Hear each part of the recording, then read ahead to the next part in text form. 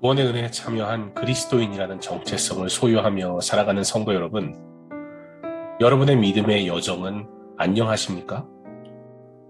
세상에 살고 있으나 세상에 속하지 않고 성도로 살아가는 법에 대해서 알고 계신가요?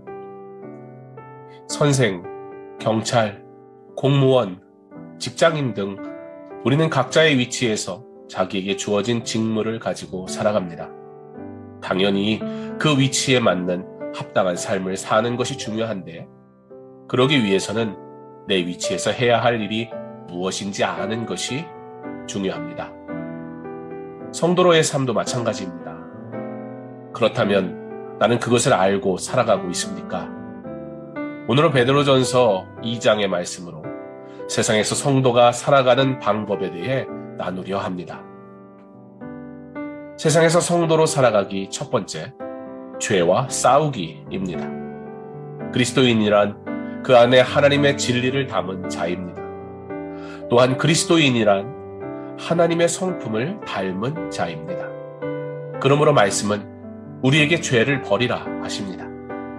우리는 그렇게 죄를 버리고 은혜를 채워가며 살아가는 성도입니다. 세상에서 성도로 살아가기 두 번째, 소속을 분명히 하기입니다. 소속이 불분명하면 안 됩니다.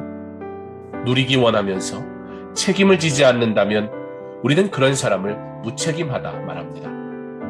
그런데 무책임은 단순히 책임지지 않는 것으로 끝나지 않고 무책임에 대한 대가를 치르게 됩니다. 베드로 사도는 택하신 족속, 왕같은 제사장들, 거룩한 나라라고 구약에서 이스라엘 민족에 대해서만 사용하던 용어로 그리스도인의 정체성을 설명합니다. 바로 하나님과 그의 백성의 본질적인 모습을 말입니다. 옛적에 제사장들이 마땅히 그러해야 했듯이 모든 그리스도인들은 하나님의 왕같은 제사장들로서 거룩해야 하며 그리스도를 섬기도록 성별되어야 합니다.